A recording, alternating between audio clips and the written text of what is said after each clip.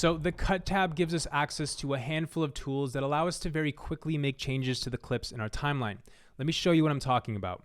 So if I go to my preview window right here, in the bottom left corner, we have this tools button. If I click it, we're shown a bunch of different tools here that we can use to modify our selected clip. So the first one here is the transform tool. So with this tool selected, we can change things like the zoom width, the zoom height, and by default, these are locked together. So as I change one, it'll change the other, but we can uncheck that little lock and then we can change them each individually. Something I rarely do, but it's good to know that that is an option. We're also able to push things to the right and left, also up and down here. We can also rotate. We're also able to change the pitch of the image and the yaw. These are pretty much the same kind of changes we can also make in the inspector here under video, but with the tools here, we're able to make those changes quicker in my opinion, and we also don't even have to have the inspector window open. We can keep that closed and just make the changes right here. We're also able to flip the image on either axis, the X or Y axis here. And if you ever want to reset, we can just press this reset button right here and it brings us back to normal. Next to transform, we have crop, which allows us to crop the image however we want. We can also change the feather of the edge of the cropping, which is cool, just like that. And of course, we can reset it as well. So next to the crop tool, we have dynamic zoom, which is probably my favorite tool within the Cut tab. Let me show you guys how it works. So if I click on dynamic zoom, we are shown two different rectangles. And basically the green rectangle is our starting point and the red rectangle is our ending point. So if I wanted to start my clip really zoomed in, it'll be like a digital zoom. It can start here and then it would zoom out and change the position to this end point. So this clip isn't necessarily the best one to show this example because it's very long. So I'm actually just going to reset that and turn it off for this clip. But what we can do is go to an earlier clip here. So I'll use this one for example, down here. Let's turn dynamic zoom on for this clip. So just for example's sake, let's start off pretty extreme. So let's say we want to start off on the skateboarder's head and then we're going to zoom out to here. This is probably not going to look good, but it's just for example's sake. So I'll go to the start of the clip, I'll press play, and we can see that the clip starts off super zoomed in. It starts off here. So we've changed the position and the zoom to start here, and it zooms out to end there. In this case, not the best way to use this. I think that was pretty drastic. So something a bit more realistic would probably be a zoom in. So we'd want to switch these rectangles.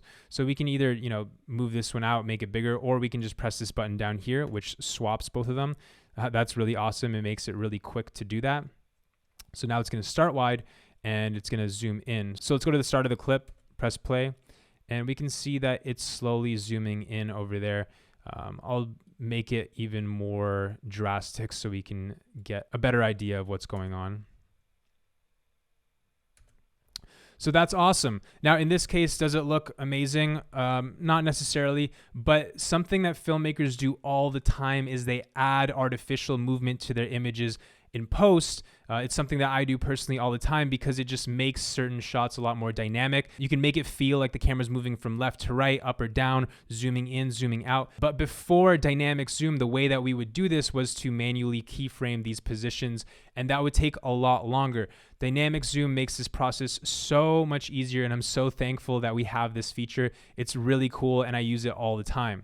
So right below, we have 3 different presets that we can use. So the zoom preset, this is just the standard one, the one that we just did. Next to that, we have this pan preset, which allows us to pan from left to right. So in this case, we can see that it would pan from right to left because the green rectangle is here. So this is where it would start, and then it would pan over to the left over here.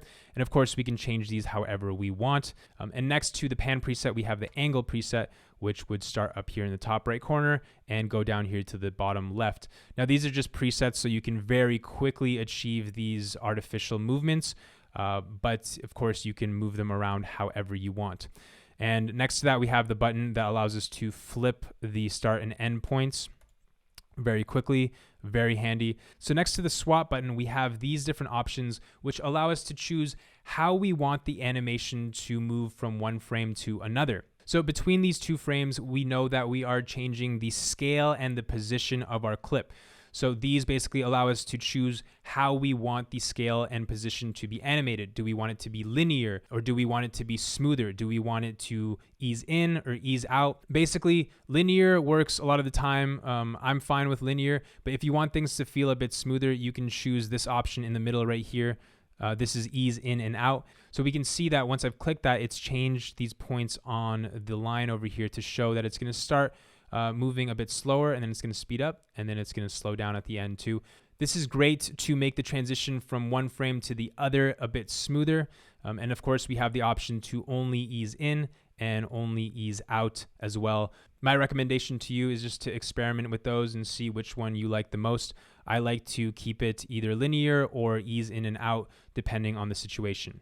And of course, to the right, we are able to reset all of this by pressing that reset button. And if we don't want to use this effect, we can just turn it off right here with this button. Next to that, we have the composite, which allows us to change the blending mode of our image. So with a clip like this, I wouldn't really change the blending mode, but if I had something like an overlay, like a lens flare or film grain or something, then I would have to change the way that it's being composited over top of our clip. So I would choose something like screen or overlay. And next to that, we just have an opacity slider, which we can use to change the opacity of the clip. Next to that, we have the speed change tool. So if I click that, we're able to change the speed of our clip. So right now, 1 is 100% speed. If I change this to, let's say 3, that makes it 3 times as fast. So we can see that we're playing that back at 3x speed. And next to the speed change here, we have duration, so we could change the length of the clip itself. I don't really use that. I typically just stick to just changing the speed in here. Now, next to speed, we have stabilization. This allows us to stabilize the selected clip in our timeline. Gives us 3 different options here. I'm not going to dive into what each of these does right now, but most of the time I stick to perspective. You can click stabilize. It's going to analyze your clip and try to stabilize it in the best way possible. If perspective doesn't work, try out similarity or translation, but most of the time perspective works for me. But we're going to be diving into what these other options are later on in this stabilization video. Next to stabilization, we have lens correction, which allows us to change any kind of distortion that we have in our image. This is great for clips like GoPro clips, or if you want to add distortion to your clip, you can easily do that by adjusting this parameter here. We also have the analyze button here to allow DaVinci to analyze a selected clip and try to fix the distortion by itself. A lot of the time it does a really good job, especially with GoPro footage. That's typically the only type of footage that I need to do lens correction on. I found that it does a really good job. So next to lens correction, we have color. And there's really only one option here. You can press auto color and DaVinci will do its best to try to color your clip in a way that it thinks is best for the selected clip. Is this a feature I would actually use? Probably not in most situations, but if you're in an extreme rush and you just want to show a client a preview of your footage or something really quick and you're working with log footage, you can just press auto color and just see how DaVinci decides to color your footage. And a lot of the time it does a decent job. So it'll get you at least, halfway there. So it's good to know that that is an option. And one thing I want to note is we can see that there's a little red dot above the tools that we've actually used for this clip. So that's cool just to know. In this case, we can see that we have made a color change and we've also made a speed change too. We haven't reverted that back to its original speed. So it shows us that we have made changes by giving us that little red dot over there. Now, next to the color tool, we have the audio tool, which allows us to make simple changes to our audio like volume. But in this case, we don't have any audio on these clips, so we don't have that option. But it's good to know that we have the option to make quick audio changes in this tool right here.